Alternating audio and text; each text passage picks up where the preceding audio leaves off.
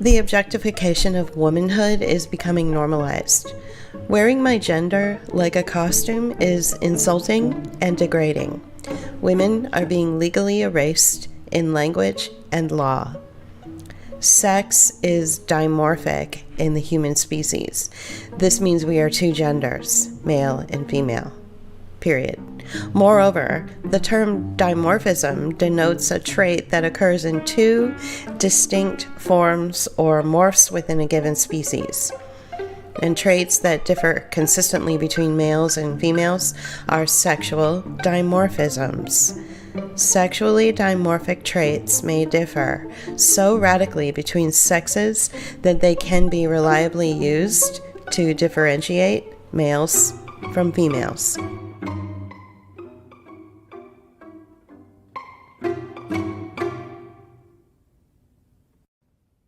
There is an entire entertainment, medical, banking, and tech industry that's built around and profits from transgenderism.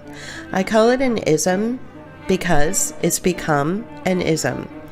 So the idea that the transgender community is suffering or is marginalized is not quite right.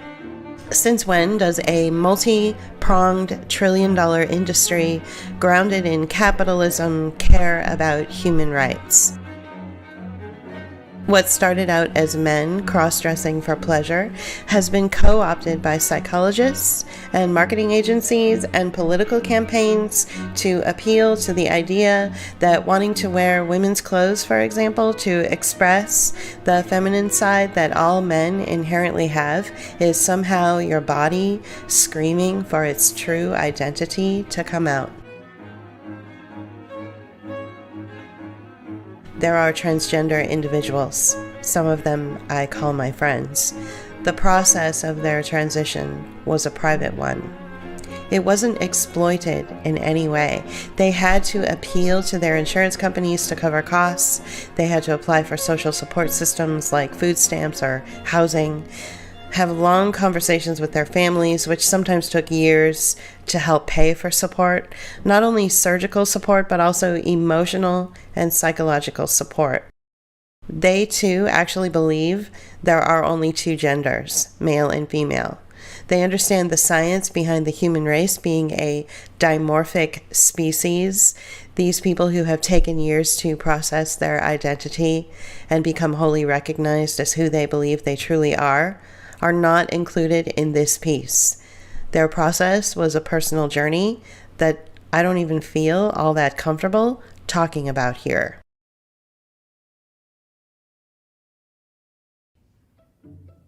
In light of the story of the Nashville, Tennessee shooting that we were told took place on March 27, 2023, it felt like as good a time as any to finally express my thoughts around this latest ism, as well as the manufactured confusion regarding the shooter's identity.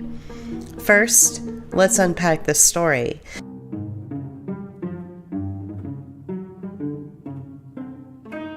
The story goes that a transgendered individual opened fire on a Christian school.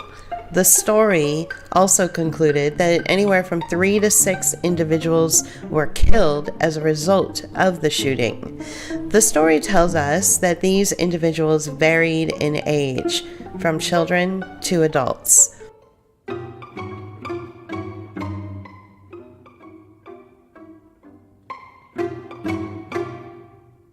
Here is where the chaos comes in.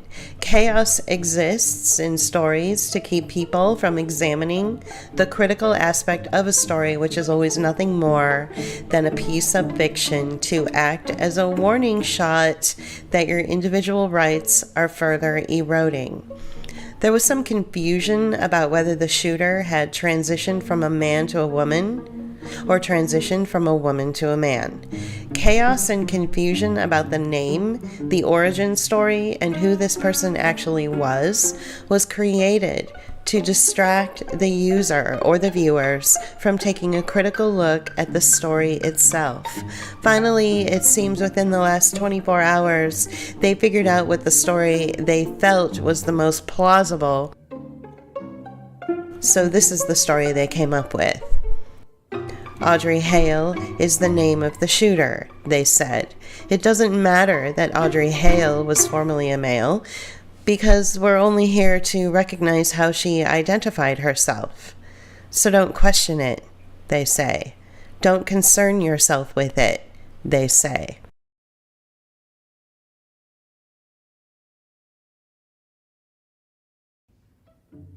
The story doubled down even further to manufacture a sense of moral outrage when it opened up a new chapter of information. Audrey was a marginalized, misunderstood girl, and this oppressive Christian academy that Audrey attended refused to acknowledge that she identified as a boy. This made Audrey angry and enraged, and we are told she took out her revenge on the very school that had oppressed her all those years ago. Cue the Christian right and the repeated, rehearsed, rehashed idea that the Christian right are being suppressed, killed off, attacked, and undermined starts to float to the surface again. Meanwhile, this manufactured illogical outrage refuses to look at actual facts. Christianity is the most predominant religion in the world and continues to erode personal freedom and choice on a global scale. It co-opts other religions, adopting them into its fold, and its hegemonious tendency has all but stamped out culture, art, and expression and replaced it with homogenized, controlling shackles of disinformation and magical thinking. But the story of Audrey Hale taking out her anger on innocent Christian children is the story we are told. This story is to manufacture outrage in the reactionary Christian right and their imaginations, because on the face of it, the story of a transgender person taking out their rage on innocent Christian children is an abomination. The Christian right, then, are sufficiently outraged over transgenderism. Like clockwork, the story continues. An individual who miraculously survived the July 4th, 2022 Highland Park shooting at a Chicago Independence Day parade jumped into a news piece that was covering the Nashville story. No one asks how this individual, by the name of Ashby Beasley, came to be in Nashville in the first place.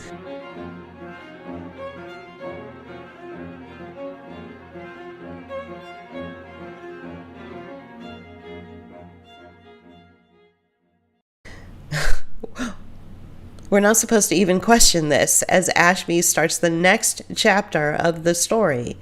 Gun control. Of course, it's always gun control. Cue the Second Amendmenters and the gun control advocates, and the headlines scream things like, "When will Americans learn that having a gun is a hazard? And what about the children? And what about the..." The headlines always scream the same talking points, don't they? This story then creates the squabbling among factions, a scenario over the moralities of gun control I've seen played out my entire life. But no side even considers the basic fundamental issue that we all face. Is it a republic, and is freedom on the line, and is it a moral obligation to take weapons out of the hands of citizens but keep them in the hands of so-called authorities like the military and the police? When a population is disarmed and all that's left armed is one faction, that's a recipe for basic naked tyranny. After all, governments that disarm the people have a troubling history, don't they?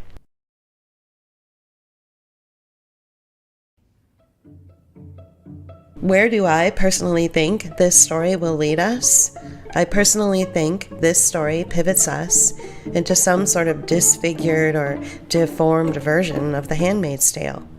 Funding streams will open up to private Christian schools now to allow for the transgender curriculum to be incorporated into science or human biology or even creationism. But I also believe the conservative religious Handmaid's Tale story Margaret Atwood wrote about, and one we all have come to recognize, will birth as a response to this other oppressive system of power grabs. and control. We will see a slow pivot into the consciousness of the culture, and it will slowly be indoctrinated into suppressing women, their biology, their unique ability to procreate, and the normalization of something wholly inhuman will start to take shape and metastasize, and anyone who speaks out about this abomination will be hung on the virtual wall for acts of treason or hate speech.